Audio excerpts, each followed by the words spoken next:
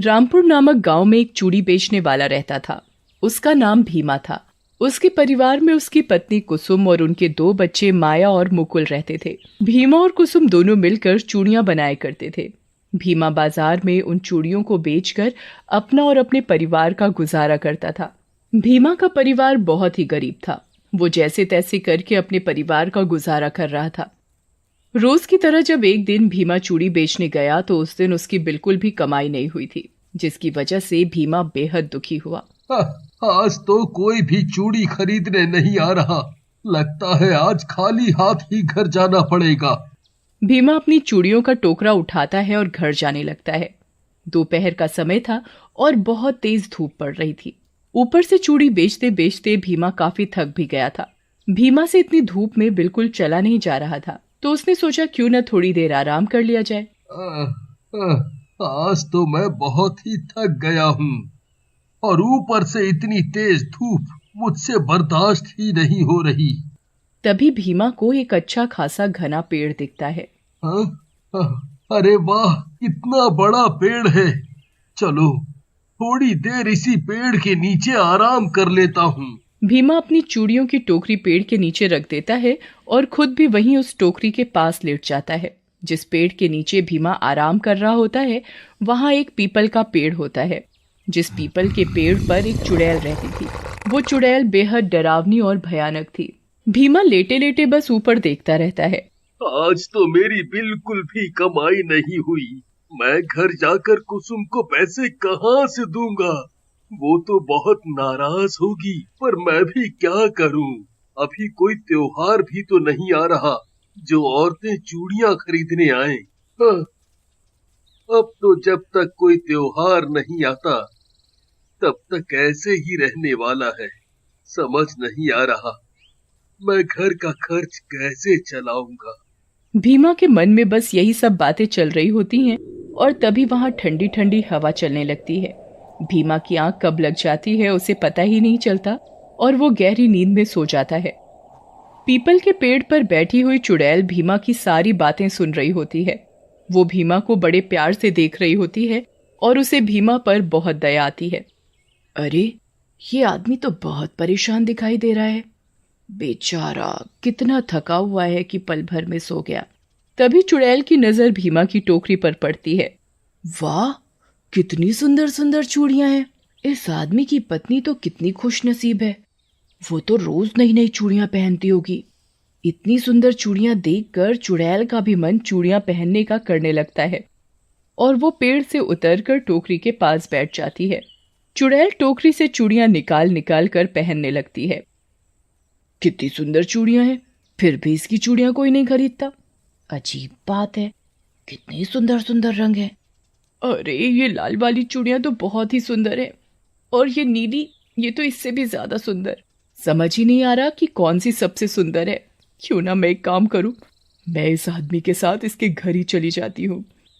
मैं अपने जादू से इससे भी सुंदर सुंदर चूड़ियां बना दूंगी कि कोई भी लिए बिना नहीं रह पाएगा और फिर मुझे रोज अलग अलग और सुंदर सुंदर चूड़ियां पहनने को मिल जाएंगी। चुड़ैल वहीं पेड़ के पीछे जाकर छुप जाती है और भीमा के उठने का इंतजार करती है। थोड़ी ही देर बाद अचानक भीमा की आंख खुलती है। लगता है मैं ज्यादा ही देर सो गया। इतनी ठंडी ठंडी प्यारी प्यारी हवा चल रही थी, इस समय का पता ही नहीं चला। अब जल्दी से घर चलता हूँ। शाम भी हो चुकी है और थोड़ी ही देर में अंधेरा भी हो जाएगा। भीमा अपना टोकरा उठाता है और घर की ओर चलने लगता है। चुड़ैल भी चुपके चुपके भीमा के पीछे चलने लगती है और भीमा के साथ उसके घर पहुंच जाती है। भीमा घर पहुंचकर अपनी पत्नी कुसुम को आवाज देता है। कुसुम, ओ कुसुम, कहाँ हो? हाँ, अभी आई। ये लो कुसुम, आज की कमाई के पैसे। चूड़ियां बेचकर आज मेरी ज्यादा कमाई नहीं हुई। जो कमाई हुई है उसके पैसे रख लो। ये क्या, आज इतने कम पैसे लाए हो? क्या करूं, आज कोई चूड़ी लेने ही नहीं आया। ऐसे तो बड़ी परेशानी हो जाएगी। माया और मुकुल की स्कूल फीस भी देनी है, घर का राशन भी नहीं है। कैसे होगा सब? पता नहीं भगवान हमारे साथ कैसे कैसे खेल खिला रहा है। अब तो हमारा भगवान ही मालिक है। तुम चिंता ना करो, मैं और ज्यादा सुंदर सुंदर चूड़ियां बनाऊंगा। जिससे ज्यादा कमाई हो सके। और तुम ये सब बातें छोड़ो और ये बताओ कि बच्चे कहाँ हैं? वो तो आपकी राह देखते देखते खप के सो गए। भीमा और कुसुम की सारी बातें चुड़ैल सुन रही होती है। ये बेचारे तो बहुत गरीब हैं। इनका तो पेट भी बड़ी मुश्किल से भरता होगा। मुझे भीमा और कुसुम के लिए कुछ न कुछ करना चाहिए। भीमा और कुसुम सो जाते हैं और अगली सुबह जल्दी उठ जाते हैं। मैं जल्दी जल्दी घर का सारा काम निपटा लेती हूँ, फिर उसके बाद में चूड़ियां बनाऊंगी। अच्छा, जल्दी खाना लगा दो। वैसे ही आज बहुत देर हो चुकी है। मुझे चूड़ी बेचने भी जाना है। जी अभी लाई। और भीमा खाना खाकर चूड़ी बेचने चला जाता है। चुड़ैल भी भीमा के साथ साथ पीछे पीछे चली जाती है। इसका पता भीमा को बिल्कुल भी नहीं लगता कि चुड़ैल उसके साथ जा रही है। अरे वाह, आज तो भीमा की टोकरी में बहुत सारी चूड़ियां हैं। मैं इनमें से एक एक करके सारी चूड़ियां पहनूंगी। भीमा बाजार पहुंचता है और आवाज देने लगता है। चुड़ैल भी वहीं टोकरी के पास बैठ जाती है। चूड़ियां ले लो, हरी नीली पीली सुंदर सुंदर चूड़ियां ले लो, रंग बिरंगी प्यारी प्यारी चूड़ियां ले लो। चूड़ी वालाई, चूड़ी वालाई। भैया, अरे ओ चूड़ी वाले भैया, जरा इधर तो आना। मुझे चूड़ियां लेनी है। दिखाना तो कैसी कैसी चूड़ियां हैं।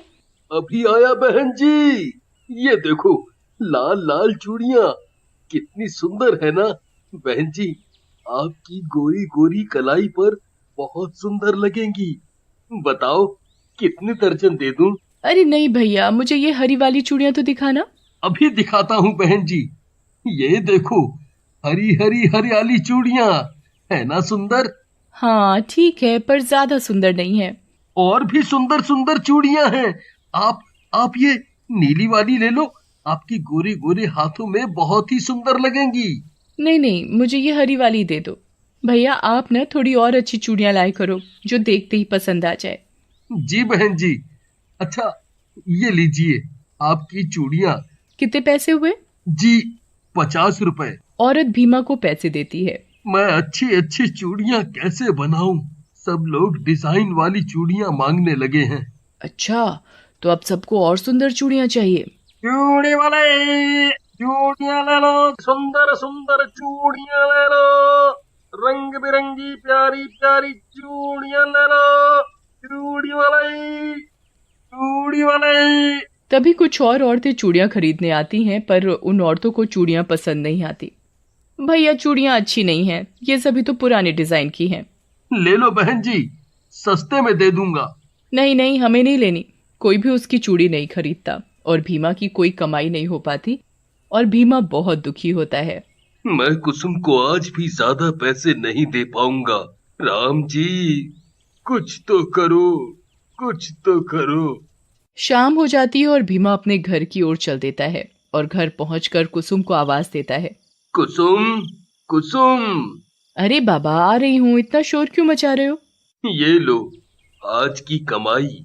ये क्या, आज तो पहले से भी कम पैसे हैं। ऐसे कब तक चलेगा? तभी बच्चे शोर मचाते हुए आ जाते हैं। पापा आ गए, पापा आ गए। पापा, हमारे लिए आज क्या लाए? ओहो, मैं तो आज तुम्हारे खिलौने लाना तो भूल ही गया। कल पक्का लेकर आऊंगा। यूं ही बच्चों से तुम कब तक झूठ बोलते रहोगे? कम से कम तुम बच्चों के आगे तो कुछ मत बोलो। मैं और सुंदर सुंदर चूड़ियां बनाऊंगा।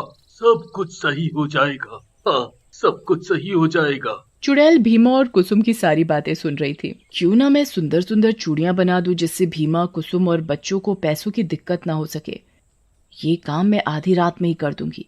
तब सभी लोग गहरी नींद में भी सोए हुए होंगे और किसी को पता भी नहीं चलेगा कि ये चूड़ियां मैंने बनाई हैं।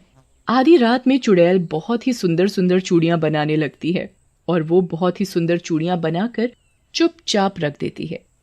अगली सुबह कुसुम उठती है तो हैरान हो जाती है। अरे वाह, इतनी सुंदर चूड़ियां! ये तो बहुत ही खूबसूरत हैं। लगता है रात में ये चूड़ियां इन्होंने बनाई हैं। अब तो पक्का ये चूड़ियां सब औरतें खरीदेंगी। चलो, मैं इसे कपड़े से ढक देती हूँ, वरना गंदी हो जाएंगी। कुसुम को लगता है कि चूड़ियां भीमा ने बनाई है। अरे कुसुम, जल्दी से खाना लगा दो, फिर मुझे चूड़ियां बेचने भी जाना है। अभी लाई। भीमा चूड़ियां बेचने निकल जाता है और चुड़ैल भी भीमा के पीछे पीछे निकल पड़ती है। बाजार पहुंचकर भीमा अपना टोकरा सर से नीचे रखता है और टोकरे के ऊपर से कपड़ा हटाता है। अरे, आज तो कुसुम ने बड़ी सुंदर सुंदर चूड़ियां बनाई हैं। भीमा को लगता है कि चूड़ियां कुसुम ने बनाई हैं। भीमा को लग रहा है कि ये चूड़ियां उसकी पत्नी कुसुम ने बनाई है और कुसुम को लगता है कि चूड़ियां भीमा ने बनाई है। पर ये चूड़ियां तो मैंने बनाई है। चूड़ियां ले लो, हरी नीली पीली सुंदर सुंदर चूड़ियां ले लो, चूड़ी वाली। तभी गांव की औरतें भीमा की आवाज सुनकर आ जाती हैं। अरे भीमा भाई, क्या बात है? आज तो चूड़ियां बहुत ही खूबसूरत हैं। हाँ, वाकई में चूड़ी बहुत ही सुंदर है। मुझे ये हरी वाली दे दो, मुझे ये लाल वाली, मुझे ये पीली वाली चूड़ियां दे दो। देखते ही देखते भीमा की सारी चूड़ियां बिक जाती हैं। भीमा मन ही मन बड़ा खुश होता है। चुड़ैल भी भीमा के लिए बहुत खुश होती है। चलो, अब धीरे धीरे भीमा के परिवार की सारी मुश्किलें दूर हो जाएंगी।